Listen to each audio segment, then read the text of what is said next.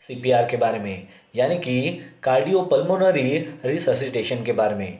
इसमें हम जानने वाले हैं कि डीआरएबीसी प्रोसेस यानी कि क्या होता है, सीपीआर के 4 आवर्स यानी कि क्या होता है, और एडल्ट को हम कैसे सीपीआर दे सकते हैं। ये सारी इंफॉर्मेशन आपको इस वीडियो के माध्यम से मिलने वाली है। तो चलिए फिर वीडियो को स्टार्ट करते हैं। कार्डियोपल्मोनरी रिससिटेशंस यानी कि सीपीआर का मतलब क्या होता है। कार्डियो यानी कि हार्ट, पल्मोनरी यानी कि लंग्स, रिससिटेट यानी कि रिवाइव। कार्डियोपल्मोनरी रिससिटेशंस का मतलब ये होता है कि हार्ट और लंग्स को पुनर्जीवित करना। सीपीआर एक ऐसी टेक्निक है कि जो इमरजेंसी में इस्तेमाल की जाती है जब किसी पर्सन का हार्ट जो है वो ब्लॉक हो जाता है, यानी कि उसके जो हार्ट बीट्स है वो रुक जाते हैं और उसे सांस लेने में तकलीफ होती है। तो उस टाइम में उसे सीपीआर देना बहुत ही ज़रूरी होता है। ये एक इमरजेंसी टेक्निक है। पेशेंट्स असेसमेंट, आपको किस तरह से पेशेंट को असेस करना चाहिए, आइए उसके बारे में जानते हैं। अगर आपने देख लिया कि कोई जो पर्सन से वो कोलैप्स हो गया है, नीचे गिर गया है, तो उस टाइम में आपने ये ध्यान में रखना है कि जब भी आप सीपीआर देते हो तो आपको डीआरएबीसी ये क्या प्रोसेस है उसके बारे में आपको पता होना चाहिए और इसे याद रखना चाहिए। तो उस वक्त आपको काम रहना है, एकदम शांत रहना है और उसके बाद उसके डीआरएबीसी को चेक करना है। आइए जानते हैं कि डीआरएबीसी होता क्या है।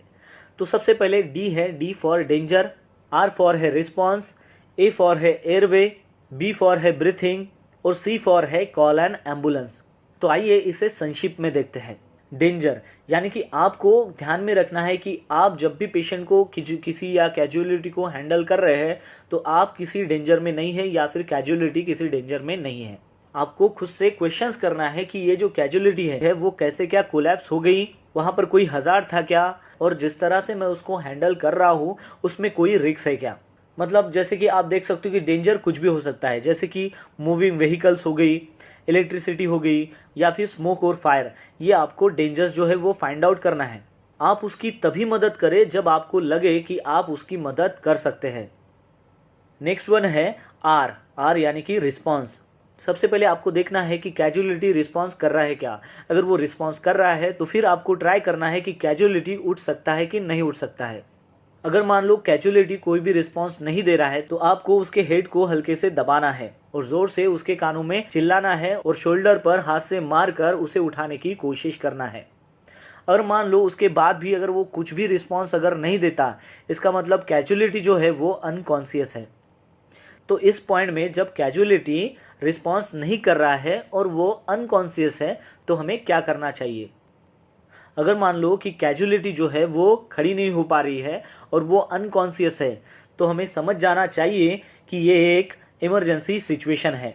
उस वक्त आपको कैजुअलिटी के ऊपर ध्यान देना है और उसके ऊपर अटेंशन देना है। उस वक्त आप हेल्प के लिए आसपास के लोगों को भी शाउट करके बुला सकते हैं।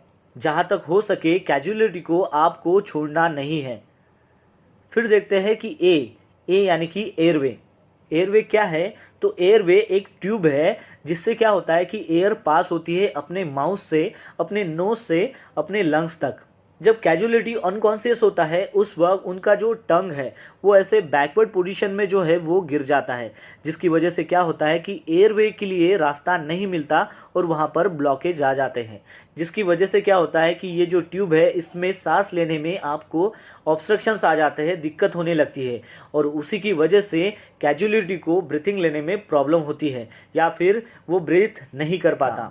जब आपको किसी इंसान की एयरवे जो ब्लॉकेज है उसको ओपन करना है तो सबसे पहले आपका जो हाथ है वो उसके फोरहेड के ऊपर आपको रखना है। उसके बाद उसका जो हेड है वो ऐसे बैक पोजीशंस में लेके जाना है। फिर आपको अपने 2 फिंगर के सहारे से उसकी जो चिन का पार्ट है उसे हल्के से लिफ्ट करना है। इसी प्रोसेस को हेड टिल्ट और चिन लिफ्ट कहते हैं। B for breathing. सबसे पहले आपके जो हैंड्स है वो जो पर्सन्स है वो जो कैजुअलिटी है उसके हेड के ऊपर और उसके चिन के ऊपर रखना है। फिर आपके जो चिक्स है उसके माउथ के नज़दीक लाना है और उसकी चेस्ट की तरफ ध्यान देना है। इस कंडीशन में आपको 3 चीज़ों का ध्यान रखना है। सबसे पहले आपको अच्छी तरह से देखना है, फिर आपने उसे सुनना है कि कोई भी सांस ले रहा है क्या या फिर उसकी धड़कन जो है या फिर उसकी हार्ट बीट्स है कुछ पंपिंग कर रही है क्या। फिर आपको महसूस करना है उसकी रेगुलर ब्रीथिंग को। फिर आपको 10 सेकंड के लिए उसकी रेगुलर ब्रीथिंग को चेक करना है, अच्छे से देखना है, सुनना है और महसूस करना है। अगर मान लो उसके नॉर्मल ब्रीथिंग 10 सेकंड जब आप मान लो उसको देख रहे हो, महसूस कर रहे हो, सुन रहे हो, अगर नॉर्मल ब्रीथिंग जैसा अगर नहीं लग रहा है तो वो इरेगुलर ब्रीथिंग है, जिसे हम कंसीडर करते हैं कि ये नॉर्मल ब्रीथिंग नहीं है। उस वक्त आपको पॉइंट सी पर जाना है, यानी कि कॉल एन एम्बुलेंस। जब आपको पता चल गया कि कैजुअलिटी जो है जो नॉर्मल सांस नहीं ले पा रहा है, उसे ब्रीथिंग लेने में दिक्कत हो रही है, उसी वक्त आपने इमरजेंसी एम्बुलेंस को कॉल करके इमीडिएटली बुलाना है। या फिर मान लो आपके नज़दीक कोई खड़ा है तो आपकी हेल्प के लिए वो भी एम्बुलेंस को कॉल कर सकता है। जब भी आप एम्बुलेंस के ऑपरेटर को कॉल करते हो तो आपको ये बताना है कि जो कैजुअलिटी है वो अनकॉन्शियस है, जो सांस नहीं ले पा रहा है। चलिए अब जानते हैं कि एडल्ट को कैसे सीपीआर हम दे सकते हैं उसके बारे में। तो सबसे पहले जो भी पर्सन्स अनकॉन्शियस है उसको आपको नीचे में लेटाना है और उस पर्सन्स के चेस्ट के सेंटर में आपको आपके जो दोनों हैंड्स है वो ऐसे प्लेस करके रखने हैं और आपके दोनों जो फिंगर्स है उसको आपको इंटरलॉक करना है, जैसा कि आप इमेज में देख सकते हो। फिंगर को इंटरलॉक करने के बाद आपको उसको पुश डाउन करना है, वो भी कम से कम 5 सेंटीमीटर डेप्थ तक। और आपको ये इंश्योर करना है कि हर एक कॉम्प्रेशन के बाद आप फुल्ली उसको रिलीज कर रहे हो। ऐसे आपको पुश डाउन यानी कि जो कॉम्प्रेशन है वो 30 टाइम्स तक करना है, जिसका रेट रहेगा 100 या फिर 120 कॉम्प्रेशंस पर मिनट। इसका मतलब ये है कि आपको 30 दफा जो है चेस्ट का कॉम्प्रेशन करते रहना है।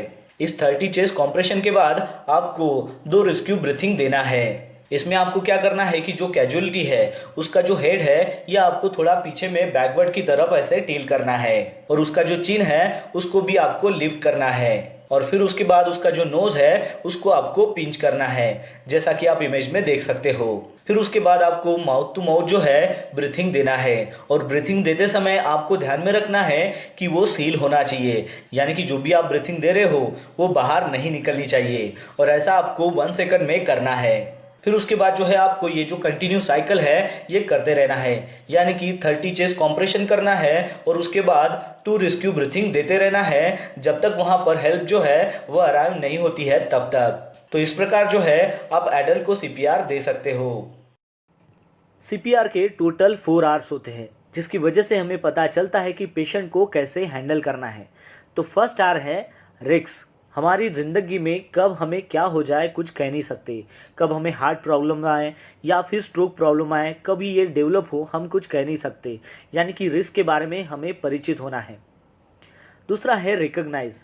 हमें कैसे पता चलेगा कि कुछ इमरजेंसी हो रही है, उसके कुछ साइंस जो है वो हमें जानने हैं। हमें कैसे पता लगेगा कि मेडिकल इमरजेंसी जो है वो होने वाली है, तो हमें उसे रिकॉग्नाइज करना है। थर्ड वन है रिएक्ट।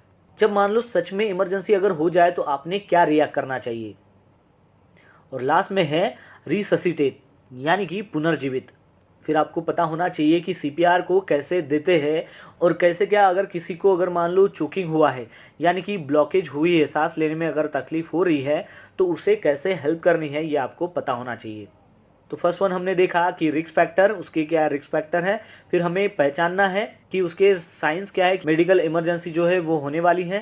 थर्ड में हमने देखा कि मेडिकल इमरजेंसी अगर होती है तो उसमें आपने क्या रिएक्ट करना चाहिए। और लास्ट में हमने देखा रेसिटेट, यानी कि उस कंडीशन में आपने कैसे सीपीआर देना चाहिए और किसी के अगर मान लो चोकिंग हुआ है यानी कि ब्लॉकेज हुआ है, उसे सांस लेने में तकलीफ हो रही है, तो उस वक्त आपने उसको कैसे हेल्प करना चाहिए।